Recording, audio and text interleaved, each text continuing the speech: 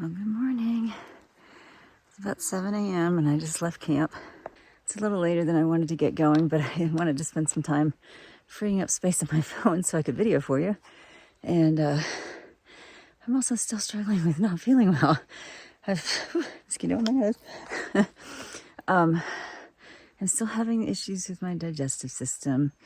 And I'm wondering if that's what's making me feel so weak. Because some mornings, before I even get out of camp, I feel like jello legs and just weak, even though I've been eating well and hydrating well. So I don't know what's going on, but it's super frustrating as I'm going into week 3 of my hike. Today's day 18 of actual hiking, and it'd be really nice to feel good. So I'm sorry if I sound kind of down, but it's a beautiful, beautiful hike, and I feel like I'm not fully enjoying it because I just haven't been feeling great. So hopefully today will be different. Hopefully once I get going, I've got 2 miles up to Cottonwood Pass, and then on, into the Collegiate West, on actually above tree line for quite a bit. So hopefully maybe once I get moving, I'll feel better. Fingers crossed. Yeah, that's the way things are.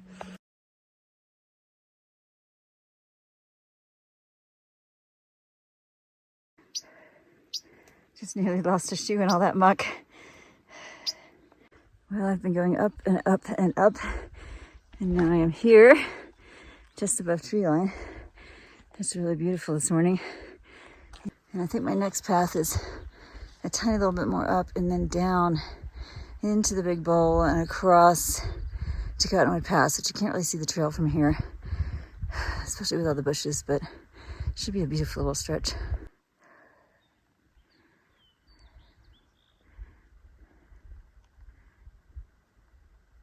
If you look real close, you can see the trail goes this way and up there. Made it to the sign at the top of the bowl, and just a little ways more to get to the official Cottonwood Pass on the other side right there.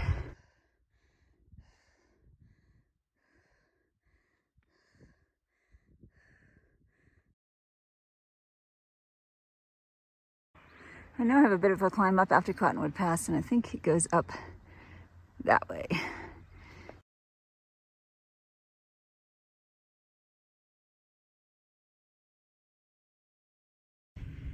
All right, well, hard to believe I made it here for the second time. It's pretty emotional this morning. Kind of lost it, having a moment, but feeling better now, feeling excited about moving on, and I am gonna take a break and then keep going. Hopefully maybe 14, 16 miles today. We'll see how it goes. Could have camped by this beautiful lake last night, but I'm really glad I stopped where I did because of the storms. Well, I am moving on, heading up to that sign up there, and then beyond. I don't know if you can see it, but the advantage of being above tree line is that you can see where people are going. And I can see a hiker way up at the top there.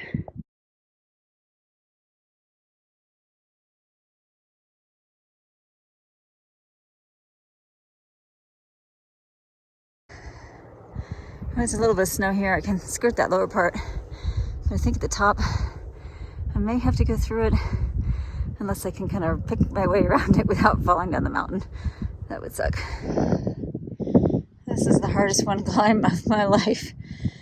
And I don't mean hardest one, I mean hardest one. I went the snow route because I started up the rocky area and it didn't look safe to me. So I decided to follow the footsteps and just really stomp them in because the snow was kind of slushy. But then I got to the top and I couldn't see the trail anywhere. So I had to do a death-defying rock scramble that I won't do again. Thank God I've done a little bit of climbing. Not much. I'm not good, but at least it helped mentally. That's insane. I still haven't seen the trail, but I have a feeling that it's about 10 or 12 feet behind me. So I'm going to sit for a second and then work my way over there. Hopefully I will find it. This is my view at the moment. Not quite 360, but unbelievable. And you can see the parking lot down there. There's a lovely lake down there. And this is my view as I'm hiking and thinking about how death-defying that climb was. I still can't believe I did it. I sure hope that I don't have to blanket on this trek.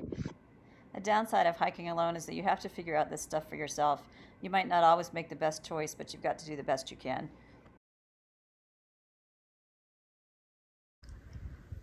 I believe that stunning lake down there is Lost Lake, and you can hike down there and camp. And of course it's a water source. There aren't too many of them on this side of the Continental Divide, I guess. But anyway, it looks pretty. I'm not going to go down there. It's about 11 o'clock. I've been climbing since, 7 a.m. I'm getting a little tired. And you can see behind me, there's some hikers heading up to the top.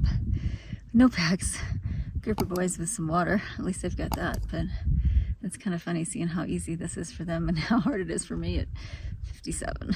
Makes me feel old. I guess I am getting old, but I don't want to get too old too fast.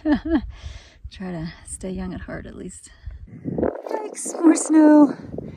I think there's a little bit of a trail back here that people were using instead.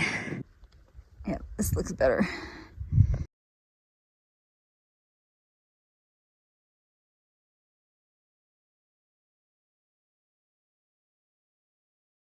I tell you, stretches of trail like this are a huge relief after the challenges of the past 3 days.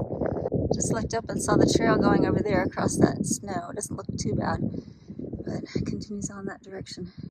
Also starting to keep an eye on those clouds over there. They're starting to get a little dark, but honestly, I don't know where I can go.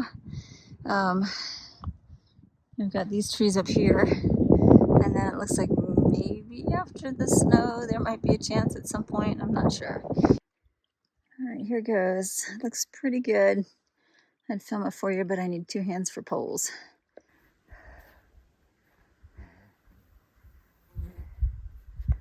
All right, another successful snow traverse. It's about 1 o'clock, I think, and it was getting kind of slushy, so I had to really stomp my feet in just to make sure I had good purchase. But yeah, I did it.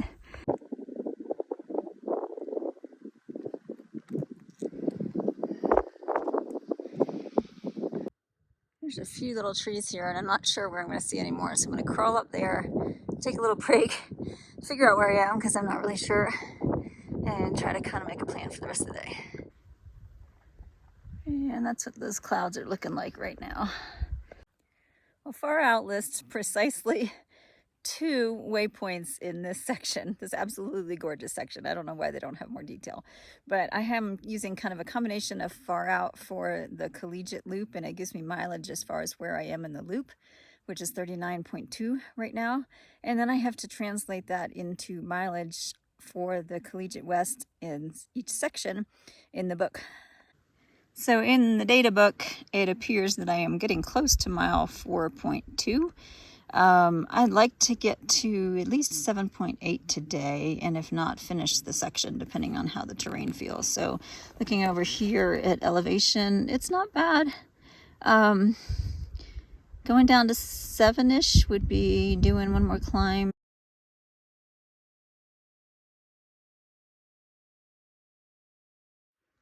All right, this is not my afternoon. I have been lost for quite a while, and I just looked up and I saw the trail up there, and I don't know if that's the trail I'm supposed to be on or the trail I came in on. Okay, so I think I finally figured it out. The Colorado Trail goes that way. There, future Joey here. Just wanted to drop in for a second and tell you what happened there, because it cost me 45 minutes, and I was really lucky that I was in an area where I could find my way out, but this could happen to anybody. So I was hiking down the mountain, and I went across a fairly long snow traverse, and then the trail kind of looped back a little bit, and there was a smaller patch where people had gone down around the bottom of it. So I followed those footsteps and then joined what I thought was the trail. It was a wash, and it looked like it was trail, and then I went a little ways and I was like, no, this doesn't feel like trail. I must be in the wrong place. So I tried to backtrack and find the trail, but it wasn't where I thought it was.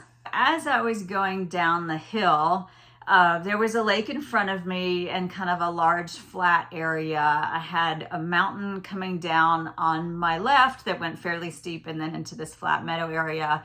And on the right, the trail kind of, or the ground kind of went up. There was a creek far to the right, a lot of bushes, But I couldn't see the trail. And a lot of times if you're below the trail, you can't really see where it is because there's like a berm or something that sort of disguises the cut-throughs. I was using my Far Out app and the GPS, and sometimes that's really good. And as you move, you can see, okay, I'm getting closer or further away from the trail.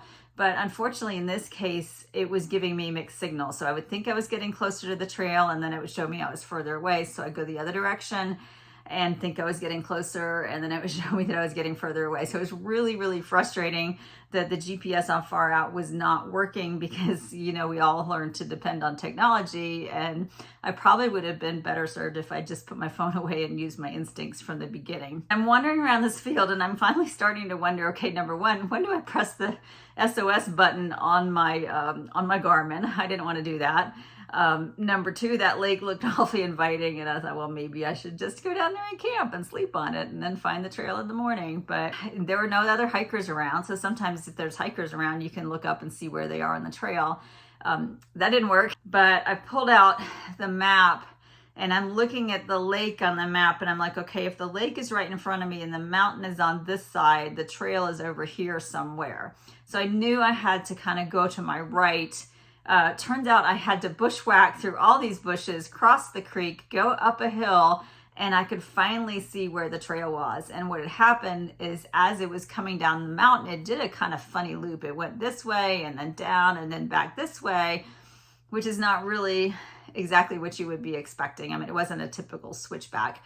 And also when there are these snow patches, lots of times the path is not exactly the path of the trail. People sort of make their own route and to get around the snow and then work their way back. So it's easy to get lost coming off a snow patch if you're not paying attention. It's happened to me a couple of times. And it's easy to follow a wash thinking it looks like trail, and then before you know it, you're in the wrong place. So I could have just literally backtracked all the way up to the snow patch, but I had come down quite a ways. And so I was like, I'm just going to keep trying to find the trail. And I did. Like I said, I found it over to my right. I did the bushwhacking. I literally scrambled up a hill and got myself back on the trail, higher up than where I had been when I was about halfway down to the lake. But it cost me about 45 minutes and cut my day short. But it was a good lesson. Number one, use your intuition, use your maps, carry your maps, and don't always assume that technology is going to get you out of a bind.